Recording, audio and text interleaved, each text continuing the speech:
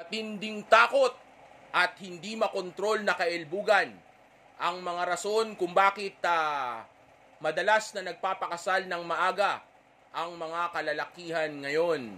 Kasi naniniwala sila na kapag naikasal ang babae nila sa kanila, ay magkakaroon na sila ng unlimited access o araw-araw galaw sa babae nila. Bagay na sa totoo lang, hindi rin naman totoo dahil kapag ayaw ng babae na may mangyari sa inyo, hindi rin naman matutuloy yung gusto ng lalaki na ito. O di ba?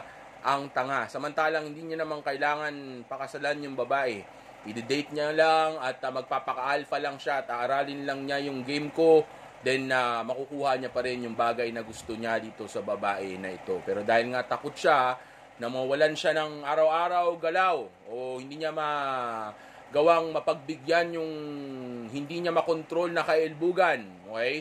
Ang naging desisyon niya ngayon tuloy ay yung sabihin na nating pakasalan nga yung babae. Babae na, sooner or later, mag-cheat at iiwanan din naman din siya dahil sa baba ng kung paano siya tingnan ito. Dahil kung ganito ko nga tingnan itong mga ito, kumbaga, kaya nagpakasal yan sa babae ay dahil dun sa ng babae. Okay? Then of course, yung mga babae, lalo na yung babae niya, ganito rin siya titingnan nito. Dahil hindi pa naman niya kailangan ng babae sa oras na ito.